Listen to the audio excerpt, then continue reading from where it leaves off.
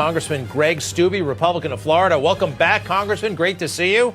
What's going on with the Speaker? Yeah, I know. I've been very disappointed and frustrated. You've got all of these bills this week that they're now wanting to bring. Now we're staying here allegedly until Saturday to vote on funding for Ukraine, funding for Taiwan, which I don't know how Ukraine and Taiwan have anything to do with Israel being attacked by Iran. If the precipice is all this is we want to stand with our actual ally Israel and send them aid. We've sent aid and passed that in the House and sent that to the Senate.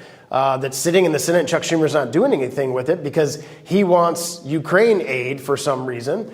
Maybe the Bidens are still getting millions of dollars from Ukraine like they've previously gotten. Who knows? But there's no pay-fors for this. I don't think they have the votes in rules, which means the Democrats are going to have to vote in rules to pass this supplemental funding. They haven't tied it to the border at all. And a lot of us conservatives think that we should focus on our own safety and security of the American people. And that invasion at the southern border where 12 million illegals, known terrorists, criminals have all come in, we think that should be the focus. And for anything that we pass, we should use the appropriations process to accomplish policy goals. And we haven't done that, and we're not doing that. So it makes a lot of us more conservative members very frustrated. So what happens? I get it. All right, that's very, very valid. We only got a couple of months to go before the election. What happens if there's that motion to vacate or whatever, and we're only one vote, you're only one vote majority. He leaves the speakership. A couple of weeks from now, he leaves Congress. I mean, that's what Kevin McCarthy did. That's what these guys tend to do. That's what that Gallagher guy did. I mean, it's not inconceivable at all at this moment that we could have Speaker Hakeem Jeffries before the end of the year.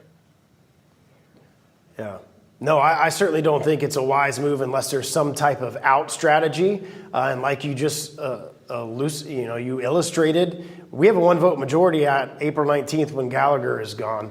And depending on who you have present, I mean, we have members that have health issues and have to have surgery. Scalise is dealing with cancer treatment. So if you have a member or two out, the Democrats got to have members out to even conduct business on the floor. It's certainly a very dangerous motion. So I hope that if Marjorie is going to bring that at some point, she has thought through all those ramifications of what would happen if she does indeed file that motion. But what I'm hearing on the Hill is that the Democrats will save him. There's been multiple reports that if he brings this Ukraine funding to the floor, even if Marjorie brings the motion to vacate, the Democrats will vote no on the motion to vacate, saving his job. So we'll have to see how this develops in the next couple of days. Wow. All right. Hey, so Iran, tell us, please, what's going on with what you've been doing. And also, I heard that maybe Joe Biden orchestrated the whole thing, quite frankly, like kind of negotiated. Iran, you strike, it won't be such a big deal. The last thing Joe Biden wants right now are increased gas prices this summer. And, if something serious happened with Iran, and it probably should, but if it doesn't happen, gas prices stay low. If something does happen, gas prices go up. Is that what's going on here? He doesn't want gas prices to go up. And again, it's a political calculation because the far left part of his party, the progressive wing of his party, are pro-Palestinian. You have Ilhan Omar and Rashida Tlaib and all these very far left members that they are afraid. Look at what happened in Michigan. They're afraid they're going to lose those votes. There was like 100,000 people that voted and abstained from voting from Joe in a swing state like Michigan. So they're concerned politically of upsetting that demographic of the progressive wing of their party and that base to not vote for him in the upcoming election in November. So they are deathly afraid of doing anything that's anti-Iran, anti-Palestinian, because that's viewed within that progressive wing of their party very negatively, which is crazy to me because it's completely anti-American. We should be with America first and stand with the American people. But everything with them is a political calculation. So I think that's exactly what they're thinking. That's exactly why they're not giving the support to Israel that we should be giving to Israel and allowing them to go into Gaza, finish off Hamas, allowing them to retaliate in a manner in which they feel appropriate to respond to over over 300 missiles that were launched to them in a kinetic, direct attack from Iran.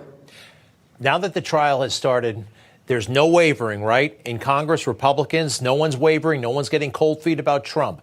This is a farce up here. Everybody understands that, and he's going to get through this, right? There's no shift down there, correct?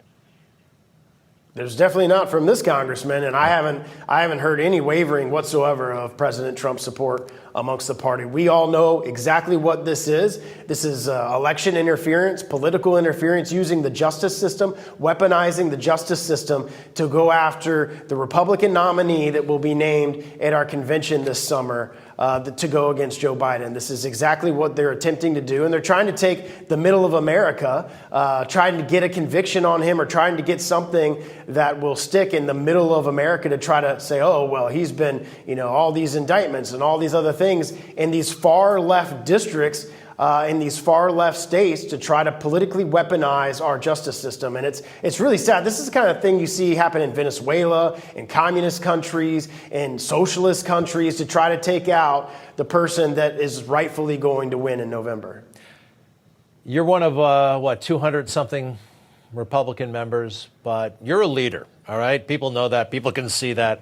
What do you want to do long term? I mean, I don't see you as one of 435 guys for all that much longer. You've been there for 6 years. What would you really like to do? My intention is to help President Trump as much as I can into November. Obviously, we come from Florida, which I don't believe is a swing state anymore. I believe it's a red state. But if there is anything that I can do, my entire focus right now is on making sure that President Trump is elected president. Because if he is not, I fear deeply as a military service member, as somebody that cares deeply about our country, I fear deeply about the direction that this country is going to go under another 4 years of Joe Biden. So I am focused on President Trump and ensuring that he's going to be the next president of the United States to be able to reverse all of these disastrous policies from the White House. All right. Well, once he's reelected or elected, let's think about Secretary of Defense, okay? I could see you over there at the Pentagon. Okay. Congressman Greg Steube, thank you very much. Republican of Florida. To be continued. We'll be right back.